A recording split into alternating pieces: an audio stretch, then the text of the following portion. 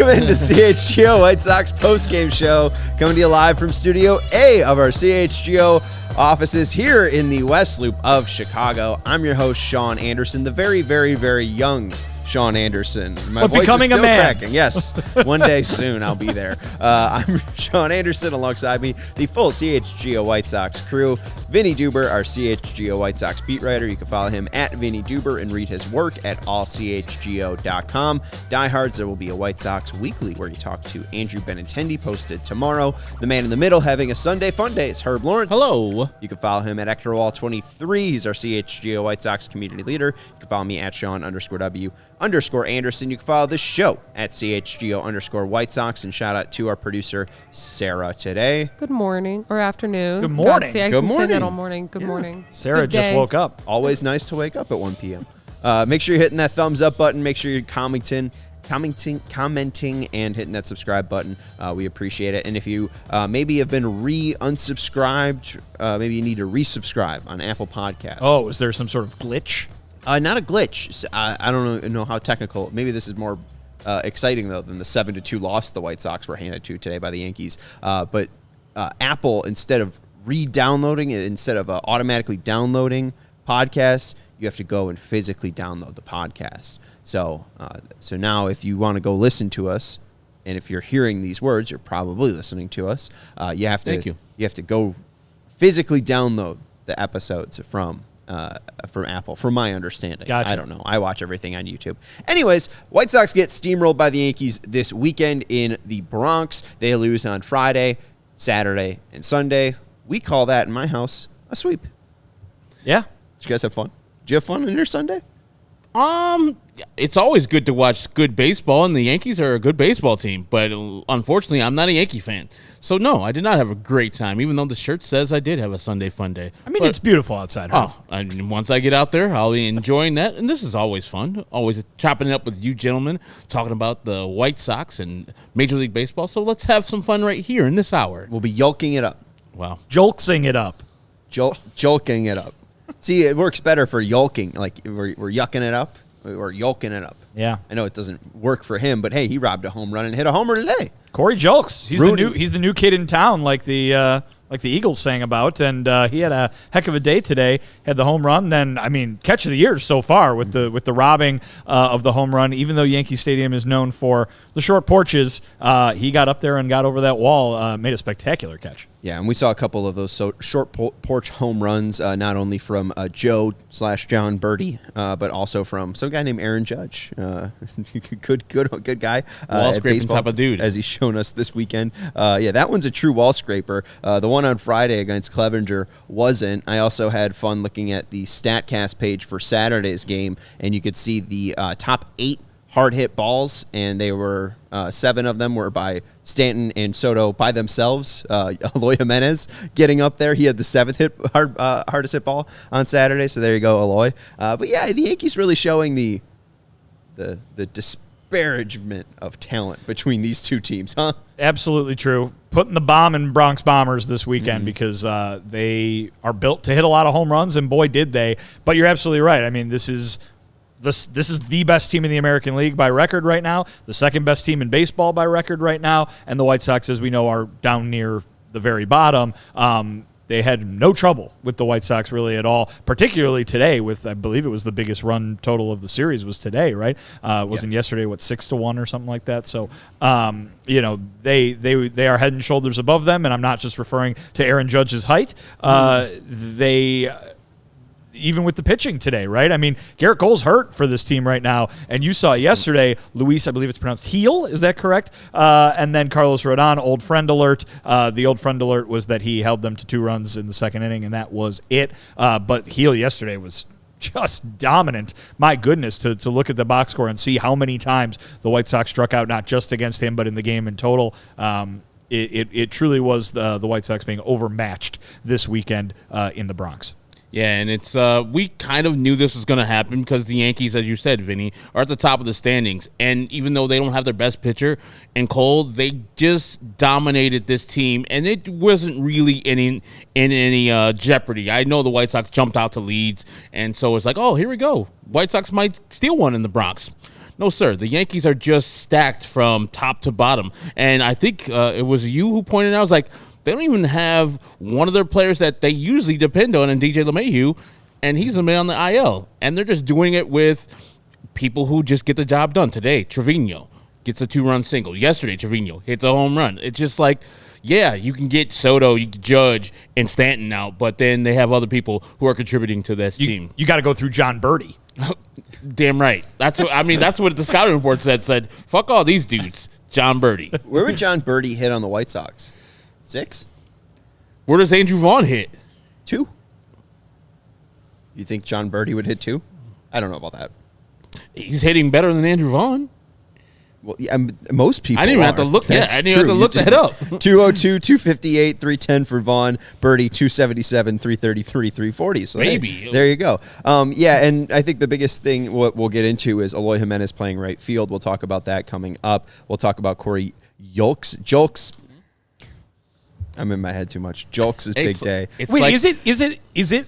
This is peek behind the curtain. You know, we're gonna go backstage for a second. Is this a bit, Sean? It's not a bit. You're just getting it wrong every time. It's like my Jacob Leinenkugel thing.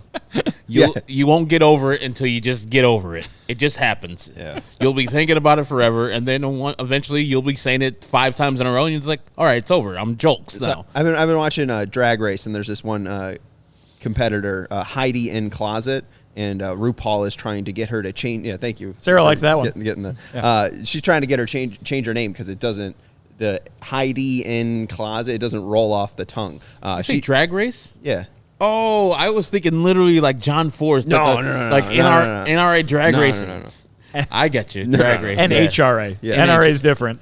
Oh, my God. You don't want to be watching those videos. NRA Drag Race. Oh, no. That could be fun, though. I mean, shoot the moving cars. You know? Okay. All right. But anyways, how did we even get here? We'll also talk about the White Sox rotation and the ups and downs that it went this weekend. As we talked about the Bronx Bombers, the White Sox starting pitchers gave up 7 homers to the Yankees lineup, which is not so good. I want to ask this question. Do you think the Yankees are the best team in the American League, in Major League Baseball? We're going to be exposed to a lot of good baseball coming up. I know our guy KPW's in the chat talking about Toronto. Alejandro's saying we're going to get right against Toronto. I don't know about that, but after that, we get to see Baltimore.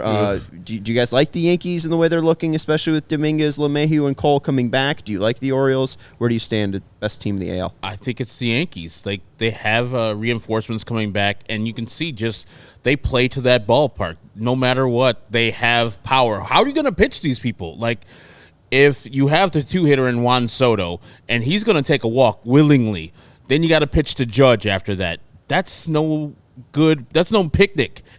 And he had a terrible April. Now he's becoming Judge again. And then after that, you can relax a little bit with Verdugo, but not too much. He can take a yard.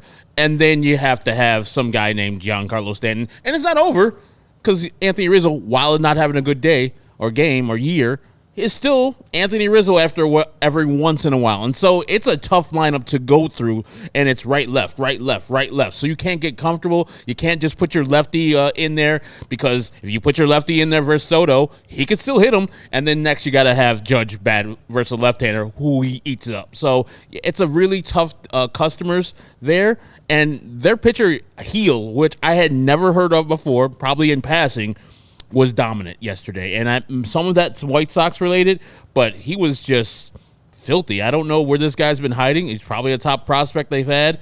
But, yeah, that's what, their 5th starter? 4th starter? Mm-hmm. Yeah, good luck when Garrett Cole comes back. I mean, right now the answer is obviously the Yankees with the way they've been playing and kind of the hot streak that they're on. Like you said, Garrett Cole's coming back. And things have not necessarily gone to plan for the Orioles yet, but they're still right there. They're still a very good team with a very good record. Still don't think they've lost a series in a year or something like that, right? They haven't been swept. Haven't been swept in a year. My apologies. Yeah. Well, so there you go. That's still pretty good. That's really good. But all their talent, like we talked about in the preseason, especially when we were talking about all the Dylan Cease trade stuff. They're all their young guys that they have down there in AAA that are coming up. Some of them have been sent back down already. Certainly Holiday's jumped up. I believe Kerstead has also been sent back down to the minors. So those things aren't necessarily going to plan. They're still very good, but remember, this is a marathon. So the answer to your question is Yankees right now, but we'll see where it is a month from now and 2 months from now because the Orioles are a team that can get hot in a hurry, and there are a lot of those type of teams throughout the American League as well. Yeah, we talked about that 39-game stretch. The White Sox are now 3 games into it, and they are 0-3. Is that good, gentlemen? That is ungood, as the kids call it. Ungood. But okay. this is the thing, though. Like, I know we're going to get into Flexen a little bit more, but the first inning, he ran into trouble. Volpe leads off with a double, and then he does a good job of getting a productive out from Soto, getting a 3 straight pitches over with Judge, strikes him out, and then gets a pop-up from Verdugo. That's tough, and that's a good job by him to get out of that.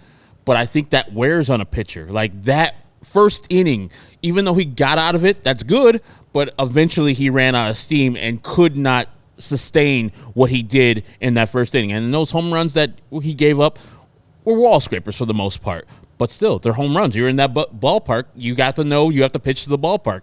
The big part of the field is center field. So if you're not throwing there, those balls are going to go out. So, yes, that's what's tough about this Yankee lineup. You could do well versus them one time around. The second and third time is the time where you're going to get caught up.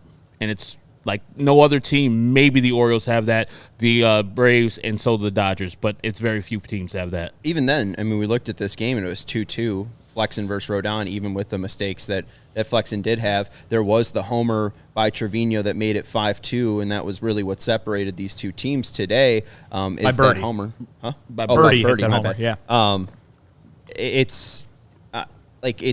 It just comes down to the lineup, and it comes down to, I know the bat speed stuff might be, new, but we just see that this team isn't athletic. They aren't a team that generates a ton of power, and you're going to need to be able to generate anything. I know it's wall scrapers, but really the whole thing about those Yankee flyouts or those Yankee homers, they're hit in the air and they're hit hard enough, right? And it's still a math equation at the end of the day. And the White Sox just weren't getting enough from their hitters. I mean, you get 7 home runs from Yankee hitters. I don't think the White Sox had 7 home runs this series. They didn't. And that was just off starters. So, I mean, that's where it comes down to is the White Sox just didn't have enough offensive firepower. Well, and, as we were turning the broadcast off to come over here and do the show, my guy Chuck Garfien said it. He said, yeah, those were, cheap home runs by the Yankees, but if you're the White Sox, you'll take cheap home runs. Yeah, right. So I mean, absolutely. It's like it's nothing to get mad about for the Yankees playing to their home ballpark and taking advantage of it. The team they're playing has the same dimensions. It's not like the White Sox get up to bat and the ballpark reconfigures to guaranteed rate field's dimensions. Like, they're playing in the same place, and so you're absolutely right. They just got to they need to be better offensively. Breaking news, right? I mean, it's not anything shocking. It's the same thing we've been saying for a while now. They're playing better. They're scoring better than they were in the early going, but as we've seen, it's still not enough on, I don't know if I want to say most nights, but at least half the nights, because their better stretch of late is still right around 500. Yeah, and if it wasn't for Corey Julks, it would have been a lot different of a game. There would have been one more homer and one less homer for the White Sox. So at least Corey Julks was there. Let's take a break. We'll talk more about Julks after the break. We'll also jump into some Eloy Jimenez talk. We'll jump into some rotation talk. But first, we want to let you know, since it is such a beautiful day outside, it is grilling season. So go get your pork. Enjoy this beautiful weather. Go fire up the grill. People who are active need more protein than the average American. In fact, the Academy of Nutrition and Dietetics, Dietitians of Canada, and the American College of Sports Medicine recommended 1.2 to 2 grams of protein per kilogram of body weight per day for athletes, depending on training. I think that's probably typically what we all get, a typical active day of training. Us athletes. And that's why we supplement it, like myself, with some bacon. in the morning? Who doesn't like some bacon? 2 strips, hard-boiled egg. Maybe you have some toast on the side. Last week I was treated because it was Mother's Day. There was some leftover cinnamon raisin toast bagel, right? So that with some bacon. I mean, it's hard to beat, folks. Why not start your day off right? Maybe you have some ham at lunch as well, or maybe you do fire up some chops on the grill. I'm liking the look of that tenderloin in that picture. I think we just got a grill. First grill. Oh. Yeah. And so maybe dinner tonight might have to be the tenderloin Very in nice. that picture. Yeah. Are you giving yourself a chore to make tenderloin now? I mean, I'd give that a shot. Worth the work. Yeah. Elevate your protein game with lean pork, a powerhouse of natural goodness. Savor the flavor, savor the gains, and celebrate any occasion, like getting a grill, by enjoying the best pork produced by Illinois pig farmers. From your sausage and bacon for breakfast to pulled pork or juicy chops hot off the grill, it's an entire season dedicated to pork and the people behind the product. Paid for by Illinois pork producers, generations of commitment. And we also want to let you know about our friends over at Prize Picks. It's a great way to watch the game and elevate your entertainment. I thought today was going to be a big revenge game for our guy Carlos Rodon. I took the over on strikeouts, and I just missed. It was more or less than 6.5. I took more. He was at 6, but that's the fun. That's the ups and downs with making entries. PrizePicks is the largest daily fantasy sports platform in North America. They are the easiest and most exciting way to play DFS. It's just you against the numbers. It's battling thousands of other players, including pros and sharks. You pick more than or less than on 2 to 6 player stat projections and watch the winnings roll in. And with baseball season officially underway, there's no better way to cash in on the action than PrizePicks. Add your favorite players from the diamond to your PrizePicks lineup all season long, whether it's strikeouts, RBIs, or first inning runs. Take your pick of more than or less than and add them to your PrizePick lineup today, at least on the side of first inning runs. I know Chris Flexen has been a king of the no-run first inning, so hey, maybe you think about that. The next Chris Flexen start coming up. But I love PrizePicks too because it is very easy to get your entry submitted. You can do it in less than a minute. So download the app today and use code CHGO for a first deposit match up to $100. Download the PrizePicks app today and use code CHGO for a first deposit match up to $100. PrizePicks, pick more, pick less. It's that easy. I also, weirdly enough, I took more on Corey Yolks hitting a homer. Just had that feeling. I didn't. But what do we expect from Mr. Yolks? He seems to want to play. Still, that's fine. We got it. Corey. Yes. But Corey with the C. Corey J. You have to specify. There's 2 Corys in this class. And I could say J. Corey with the C or Corey J. What do we make of Corey J? Because, I mean, him jumping over that wall, it seems like he wants it. Yeah, and like he is a Houston product. Born, raised out there, drafted by them, and he got a little cup of coffee last year. We saw him, I think, beginning of last year versus the White Sox. But I think he's hungry. I think that a player like that is very good for the White Sox to have on their squad. Now, that home run that he did, Rob, from Jose Trevino, I just looked it up. It's been home run in 15 stadiums. Weirdly enough, not in Yankee Stadium, even though we know it was over the fence. StatCast is weird. But I think this is a player that should be getting more time. There's a crowded outfield out there. You got Tommy Pham already. You got Andrew Benintendi, who's going to be playing. Today was an off day. And then today, surprisingly enough, we got Eloy Jimenez, who was fine. And then when regulars go out there, it's usually Gavin Sheets, et cetera, Dominic Fletcher. And then we're going to have Luis Robert Jr. back. But when all the dust settles, I would like to have younger players, even though I think he's like 26, 27 himself, to have some opportunities to show their wares. Otherwise, we would have never known you get this Corey Jolks out of there. I think there was just a roster crunch on the Houston Astros, and they're like, okay, we got to DFA this guy and then trade him because we need this other person. What was it? Chaz McCormick needs to come back and need him back on the 4-day man. So Corey Jolks, to get him on the White Sox is better than having Dominic Fletcher on the White Sox. It's better than having Gavin Sheets out in right field. I'm a fan of this trade, and just let him play and see what happens. I don't think he's tradable. I gotta say, what? Just as an Irishman, what? The Micks aren't British. It's Chaz McCormick. I wasn't doing British. I was doing posh. Which is British. Posh Spice is Britich. More like he wasn't doing Posh Spice. He was doing lowercase p posh. Yeah. He's doing like highfalutin. Yeah. Chaz is playing tennis on the weekends. Country club kind of thing. Polo. Yeah. with a horse. All right. Yeah. I'm Chaz McCormick. How you doing? Got to watch out for my mix. Yeah, I mean, it's a decent point. I mean, I heard, too, about the Angels. I know, obviously, the Angels aren't a team everyone's talking about because there's no Mike Trout and there's no Shohei Ohtani. But Cole Tucker was asked by the Mariners, hey, do you want to be a coach in our organization? He's like, I'll see if baseball's still my thing. And the Angels are like, you can come start for us. That'd be great. Kevin Pillar, old friend, he's hitting homers out in L.A. So, I mean, the White Sox at least can be, or at least use this season to hopefully elevate some players that are overlooked. You know, maybe Joel. Yeah, you got it. You had it. Keep going. Trust yourself. Play to the whistle. Trust yourself. Maybe Julks can make a name for himself and a name that I can remember. Yeah, I mean, It's not listen, his fault. Listen, it's all about opportunity, right? And so what have we seen Corey Lee do? He was supposed to be the number 3 catcher on this team down in the minor leagues, but he gets the opportunity with Max Stassi being out, and in the little bit of time that he had at the beginning of the season, he impressed. And so now he's getting more and more time all the time. Today, you got Eloy Jimenez in right field, in right field, because they want Corey Lee's bat in the lineup. Put him as the DH. So, you know, we've already seen guys earn more opportunity on this year's White Sox team.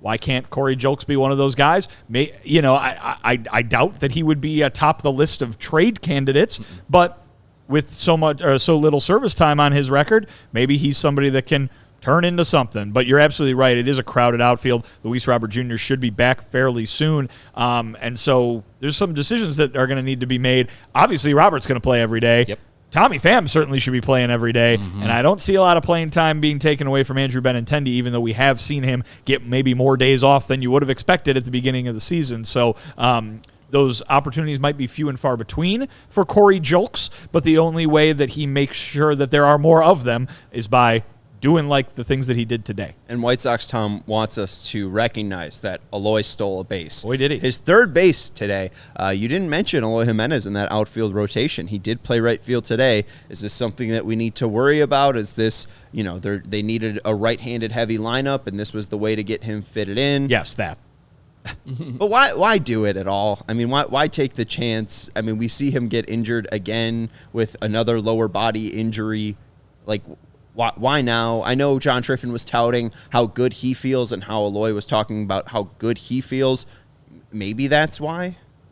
I mean, I think the White Sox are like, really, there's nothing we can do to protect him from injury anymore. We got injured earlier this year by running to first base. So might as well, if he has a chance to, because I've said it before, in the outfield, if a ball's hit to him, I have confidence that he's going to catch the ball. And he's a decent, I don't even know if the numbers back me up, but a decent outfielder where you're like, okay, Eloy's fine. He's not hurting himself anymore in the outfield. He's not hurting Luis Robert Jr. in the center field when he runs into him, et cetera, et cetera. So he's fine to have out there every once in a while. You don't necessarily want him as your everyday right fielder because I don't think he has a right fielder's arm, but who does in the White Sox? And you just want to probably give him a little reward. He doesn't want to play a DH, and you see the numbers this year. He doesn't want to play DH, and his bat is saying, hey, I can't just hit. I got to play some field. So you're probably trying to get the most out of Eloy before he leaves the White Sox, and playing right field means that he has to be in the outfield. So be it, because if he gets hurt, you've already seen this movie. I mean, it's a unique circumstance today. I truly think exactly what you said. They wanted to stack that lineup with right-handed hitters. They have a good right-handed hitter in the in the catcher that they wanted to play today at designated hitter. How do you put the puzzle pieces together? Like that. This is not going to be a thing. This is, the emphasis that was placed on defense in the offseason has already put Gavin Sheets out in right field on a regular basis, but now Gavin Sheets' bat is starting to cool off fairly significantly. I don't think you're going to see him replaced with Eloy Jimenez, mostly because of what I just said a moment ago. Luis Robert Jr. is coming back. They're going to need a place to play Tommy Pham every day, and that's going to be right field. I don't think any of us really expect Tommy Pham to be here till game 162 with, the strategy they seem to have of trying to get something for these guys before the trade deadline. But Tommy Pham's got to continue to play every day while he's on this team with how good that he's been going. Eloy Jimenez is going to be the DH the vast majority of the time. And now Gavin Sheets maybe migrating back to more of the bench bat role that we expected him to have is not quite as outrageous as it was when he was hitting so well early in the season, because he's not hitting so well anymore. So I think these were unique circumstances for today. I don't think it's going to be a thing. That being said, we did have Eloy telling all the my colleagues who are out there in New York today he still doesn't like DHing, and he's doing it, and he's going up to the bat. He's not complaining about it necessarily, but when asked, he'll tell you, yeah, not my favorite thing to do in the world. That's going to be a tough sell. It's obviously a tough sell for the White Sox. They're not playing him in the field before today, and I believe that that's going to be a unique circumstance. It's going to be a tough sell when he wants to get a new job at the end of this season as well, unless he goes somewhere and lights the world on fire and encourages his new team to pick up an option. But if he hits free agency this year, I can't imagine there's going to be anybody out there saying we need him to play the corner outfield spot. Give him a lot of credit for taking advantage of some opportunities to swipe a few bags. Great job. I mean, we remember we always heard that from Jose Abreu, how he wanted to steal more bags, and you're like, Jose, come on, we know how fast you are, kind of thing. But it's not necessarily about speed, right? And it is about taking teams by surprise and taking opportunities when you see them and when they're given to you by the pitcher who's on the mound.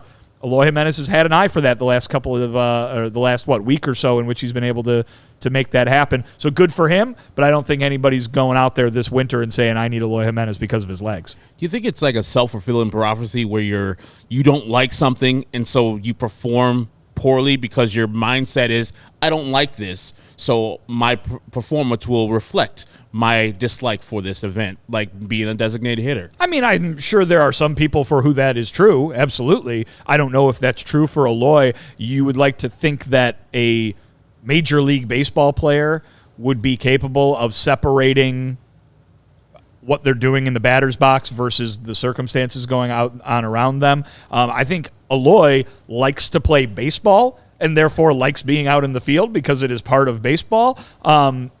I definitely think that it could have an effect on the hitting, but maybe not when it comes to the numbers, more so just your overall general kind of sense of enjoyment of how things are going. Listen, we saw Eloy in spring training able to get the ball in the air.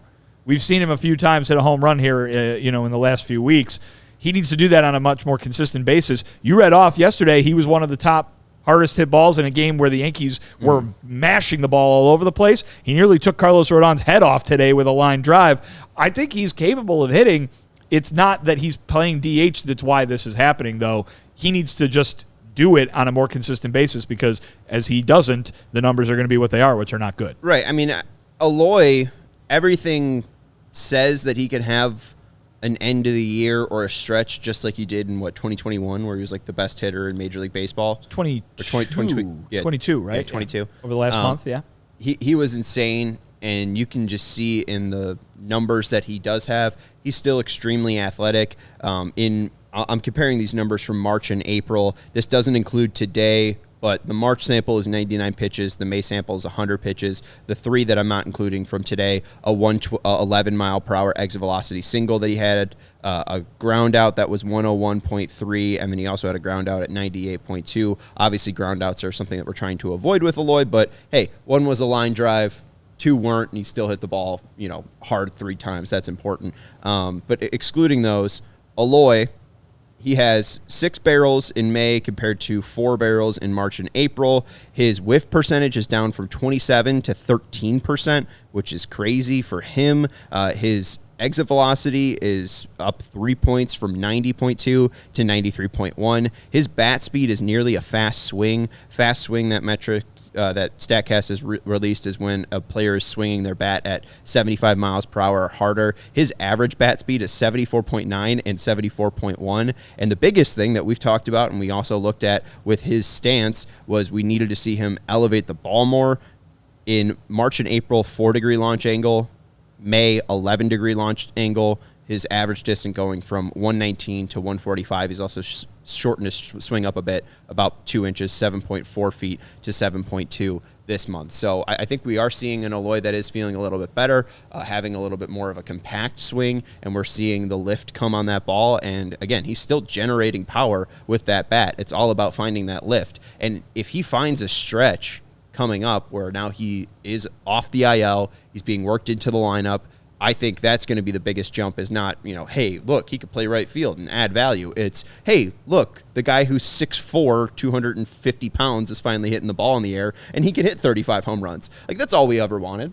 I mean, I don't need him to play right field. I don't need him to steal any bases. I need him to hit the ball in the air and hit home runs. And so far, at least to that point, he does seem to be making better contact. It seems like that stance has improved his quality of contact. And I'm excited, at least on that front, for Aloy. All right, let's take a break, and we'll let you know about some of our great sponsors. It's the Herb and Vinnie Hour. Herb is going to let you know about our friends over at Game Time, and Vinny's going to let you know about our friends over at Leinenkugel. I'll go first. Well, you're scheduled to go first. Am I? Yeah, you are. That's what the read says. Game Time is an authorized ticket marketplace for Major League Baseball, which makes getting tickets faster and easier. Prices on the Game Time app actually go down the closer it gets to first pitch. Game Time is the fast and easy way to buy tickets for all your sports, music, comedy, theater, and every event nearest you. With killer last-minute deals, all-in prices, views from your seat, and their best price guarantee, Game Time takes the guesswork out of buying tickets. I've gone to Atlanta and bought tickets for a Braves game, and I checked out all the rest of the secondary markets, and one of them had a lower price in the section and row that I was sitting in. Sent this information to Game Time, and within 12 minutes, I got 110% in my account within 12 minutes. It was great. Game Time is the only ticketing app that gives you complete peace of mind when you're purchasing tickets. See the view from your seat before you buy, so you know exactly what you're getting when you get there. All-in prices show you the total up front, so you know that you're getting a great deal without any of the hidden fees. And they're also obsessed with finding ways to help you save money on tickets. Game Time has deals right up to the start of the event and even an hour after that event starts. It's the place to go for finding last-minute tickets. And with zone deals, you pick the section, Game Time picks the seats for an average of 18% savings. And with a Game Time guarantee, it means you'll always get the best price. You'll find tickets in the same section and row for less. Game Time will credit you 110% of the difference. Take the guesswork out of buying tickets with Game Time. Download the Game Time app, create an account, and use the code CHGO for $20 off your first purchase. Terms apply. Again, create an account and redeem the code CHGO for $20 off. Download Game Time today. Last-minute tickets, lowest prices, guaranteed. Summertime, fellas. Summertime. And the official drink of summertime, at least for my money, is the fine summer shandy that they make over at the Leinenkugel's Brewing Company. It's a delicious combination of lemonade and beer, and boy, what an innovation they thought up there in Wisconsin. It is the perfect drink for when the weather is oh so nice outside. You can take it to the lake for a picnic. You can take it down to the right for a tailgate. Take it even all the way up to Wisconsin and paddle it around in a canoe, but you're going to want a whole bunch of it. That's why they sell it in handy packs of 12 and sometimes even more. So Sometimes 6 if you're just looking to pound a 6er yourself. If you're short on time. Right. If you're short on time and you're like, I only got time for 6 of these. All right, fine, I'll only drink 6. But if for some reason you're looking to add to the variety, you can have yourself a berry Vice, never going to give you up. You can have a honey Vice, which is made by real Wisconsin honeys and real Wisconsin bees. They're nice, those bees. Crunchy. What'd you say? Crunch. What'd you say? You said crunchy. Crunchy? You're eating bees? Stop eating bees, Don't do that. Sean. Don't eat Well, bees. so I don't know if Luke was serious, but with the 17 years cicadas coming around. Yeah. And 13-year he's- one, too. He's trying to get somebody to eat them. I would. Sure. Why not? Yeah, They they don't probably make are 'em- less dangerous They than make bees. them with the bees' honey, though. They make the beer with the bees' honey. Correct. Well, the bees, they do some work in the brewery. Yeah. Or, some arm and leg work. They wear little goggles. They're very cute. Like the Honey Nut Cheerios beat, too. Right, I think I saw that in just the like Bee him. movie. Yeah, right. But they've got all sorts of great varieties that you can get your hands on. So, guys, here's what you do. You flavor life's simple moments with Leinenkugel's, the official craft beer of the Chicago White Sox. Go to Leinie.com/CHGO to find delivery options near you. That's LEINIE.com/CHGO. Or pick up Leinenkugel's pretty much anywhere they sell beer. Leinenkugel's, flavor the moment. Celebrate responsibly. The Jacob Leinenkugel Brewing Company, Chippewa Falls. Yes. When we were in middle school, my science teacher at the time, put some of the shells of the cicadas on a Bunsen burner real quick, and we ate them. Tastes like burnt chips, potato chips. I had That's fun. I had grub in Australia. That's a worm? Yeah, Big, thick-ass worm? Yeah, Oof. yeah. They use that for fishing? Cooked. Oh, okay. cooked. I don't right. know if I could have handled it raw. So Oh, no, thank that God it was just, like, cooked. all juicy But yeah, it and was such. it had like the consistency of popcorn. I think all like its liquidness got cooked. went out of it, and so you're just eating exoskeleton basically. But So yeah. I don't know if I've told this story. I think I have on the podcast, but went on a honeymoon in December, and there was a thing with the Airbnb where they have like a private chef that lives in the city, and they come over and they make you a meal, and you tell them what you want. And my wife said, "Oh, we're adventurous eaters. We like anything. We'll take something true to the town." And it was cricket tacos. So They do that down there. yes. Oh, Yeah. I did, and I did. I don't think we knew that 'Kay. they did that down there. And I guess we probably should have been more aware that they did that down there. Because when the plate was served to both of us, I looked and I was like, "Oh, what lovely carne asada! Like, this is going to be delicious." Not realizing that it was bugs. And then my wife said, "I can't do this," but also didn't want to offend the private chef. So I ended up housing like 4 to 5 whatever tacos. Cricket tacos? Cricket tacos. And review. Very crunchy. You would imagine. Very laborious. It was a lot of chewing. Yeah, a lot of chewing, not a lot of meat. Sure. Enjoying. Flavor Yeah. or payoff.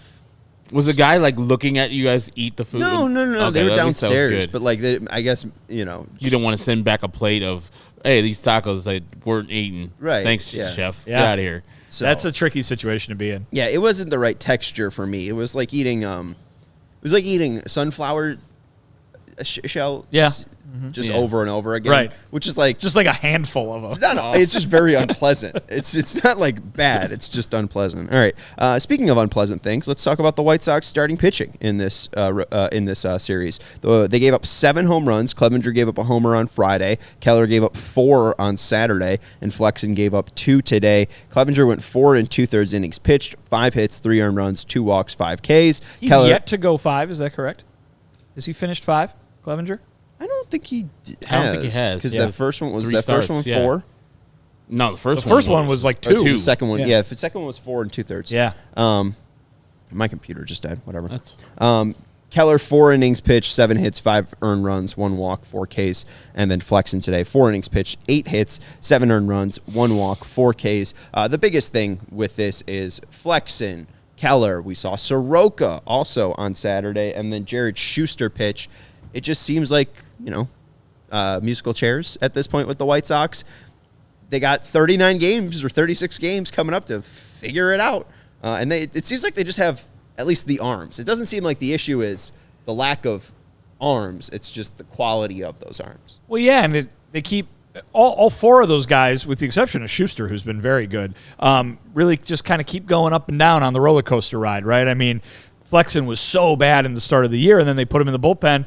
Couple good outings, put him back in the rotation, few good outings, and now he's out there, getting a 7 spot hung on him again today. Soroka obviously was mostly unimpressive, but goes out there yesterday in a relief role, and holy smokes, look at that. He's back kind of thing. And then you've got Keller, who was doing a fine job in that bulk relief role that Schuster has done so well in also. And then they put him in the rotation, and he gets rocked. So it's maybe when you're trying to decide who's going to start this game, you wonder how long they stick with these individual guys because, Flexen was moved out of the rotation only 2 relief appearances before he's back in the rotation, right? If Soroka has another good one like he did yesterday, does he go right back? But who does he replace? Because Keller's only gotten 1 chance at it so far. Flexen now is on a couple of bad ones in a row. Does he replace Flexen or does he replace Keller?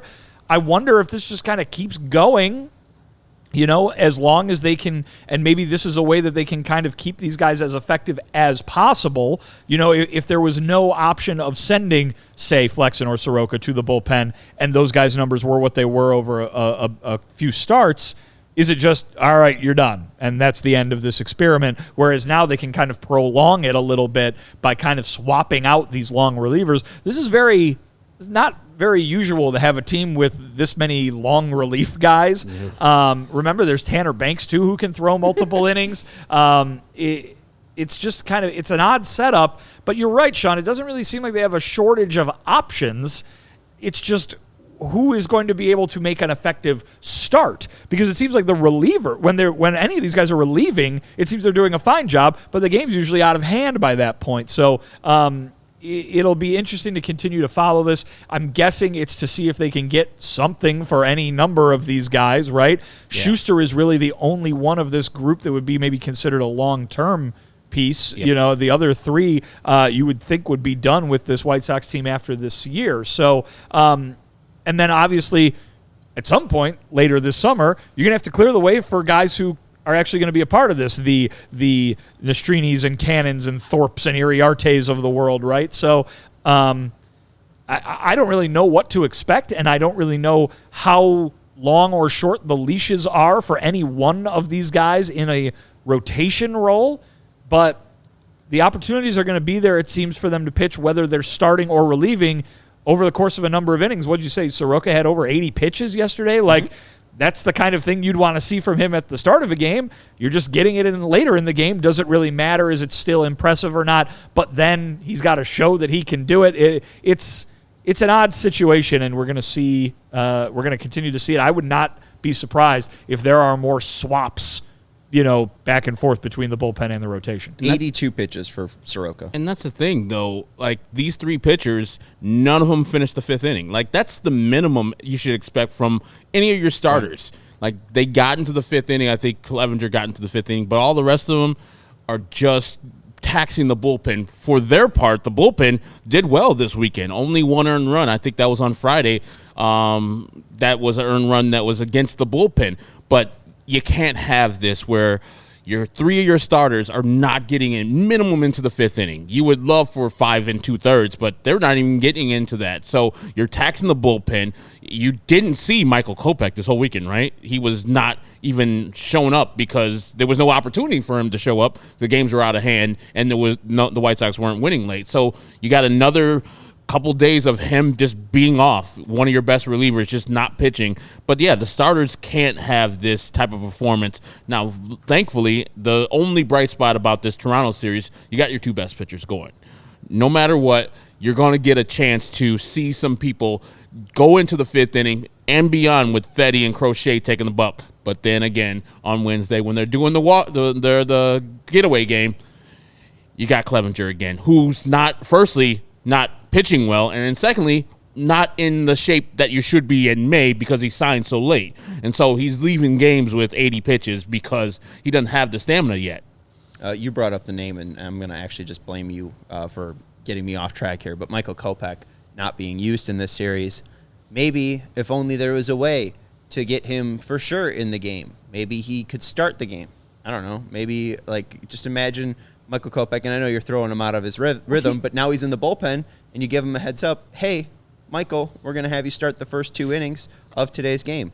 Go out and throw, 102 mile per hour fastballs. But that's first of all, that's not what they're using him for. I know. He's their closer. I know. I understand that he's doing well. I get what you're saying. Because they don't use him. They don't get the opportunity. Sure, and I also get the idea, too, if this was part of your argument, that, maybe some other team isn't going to acquire him to be a closer, but just a reliever, get him the innings, let him show off kind of thing. I understand what you're saying, but I think he's more valuable as a guy who's at the end of games, with a game on the line type situation. It's obviously a different mindset between the first inning and the ninth inning, even though the outs count the same and everything. But I think they want to show off, hey, we got a closer for a team that's out there looking for a closer.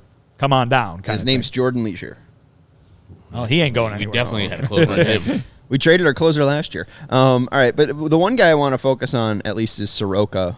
Soroka, really interesting in those 82 pitches.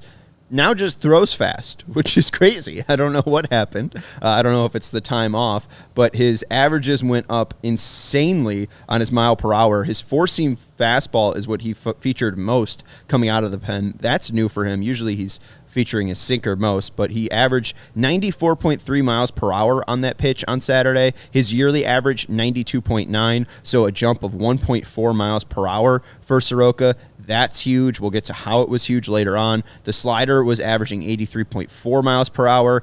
On the year, it was 81.8, so that's up 1.6 miles per hour. And his sinker averaged 93.8 miles per hour. That jumps from 92.1 miles per hour on a yearly average, up from 1.7 miles per hour. He had a 34% whiff rate, 10 whiffs on 27 swings of his four-seam and slider combo. So that's just very good to see those two pitches pair well with each other. And that 34% whiff rate, the highest in any game with the White Sox this year, and nearly an 8% higher difference than his second game back on May 7th of 26.7. So this by far the best start of Michael Soroka's White Sox career. And it wasn't even a start. And it wasn't even, well, that's right. Best appearance then of Michael Soroka's White Sox career. And I don't know if it's because similar to the Kopech thing, like, hey, you're going to have 80 pitches. Go and let it eat. Well, funny you say that. I called up the quote that he had the other day, and that is his mindset to, quote, let it eat. But here's the quote from him when he talked to us last week about going, or earlier this week, I should say, about going to the bullpen. And he said, "It's not my job to agree or disagree with any of the decisions made. It's my job to go out there and be an animal." Oh. It's my job. It's what I always prided myself on, and I think I got away from that a little bit. It's a good time to go show it's still in there. There's not too much that I can say, and we could have played the could have, should have, would have game. I'm not going to do that. It's time to go put hitters away. So I think there's a couple things probably at play there, which is this is a guy who knew this is what he probably should have been doing the whole time, and B, now what do you got to lose?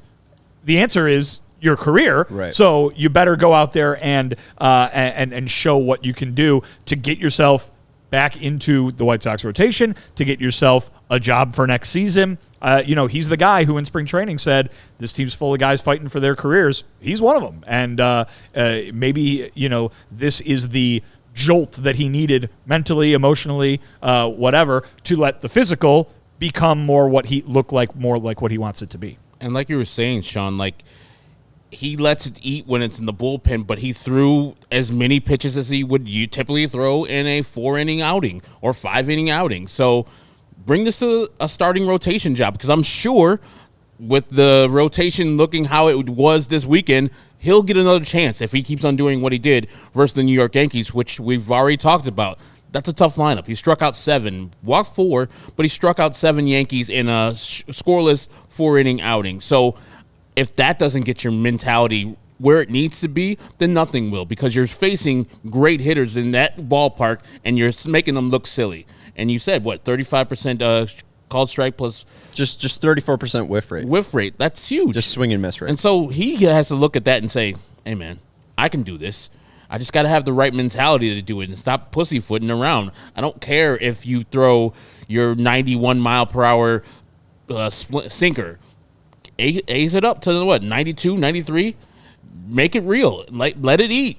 What else are you going to do? You going to be going to Korea like Eric Fetty, wasting a year? Yeah, learn to throw a split finger? Yeah, like you could just do that here in America. Learn it here and stay in America. Get your money right. Go bug Eric Fetty about throwing a split finger. There you go. You have all these people around you, all the different resources. Talk to them. Yeah, no, absolutely. And I think that, hearing that quote, I definitely forgot about it, read it in your White Sox Weekly one, but just because it was Soroka and I was kind of out, I was like, yeah, well, of course he's going to say, here's my last chance. I got to go prove it. He proved it, and it's kind of crazy just to see it and look at all those numbers. Of course, increased velocity is going to lead to whiffs, but I didn't believe he could actually do it. I heard so much this offseason about him adding that four-seam fastball to get something more at the top of the zone, and that makes sense. Throw that at the top of the zone, and then you get your slider going away from batters to cause those whiffs, but we just haven't seen him in any of the starts or appearances for the White Sox yet, and here he comes doing it. And this is why we said, hey, maybe this guy could be an all-star for the White Sox, just because he does have such a prowess. He's only 26 years old. My only hiccup is we've seen a 26-year-old starter for the White Sox go out and dominate the Yankees. Doesn't always translate. It's got to be, start in, start out, appearance in and appearance out. So hopefully this is something Soroka can build off of. All right, he's looked good in certain starts that he's had early in those starts, and then he just runs out of gas. Now, if they're going to keep him around 80 pitches, maybe he'll know his gas tank and have a better awareness of how much he has truly did deliver. If you remember, they were keeping him around 80 pitches as he was a starter too.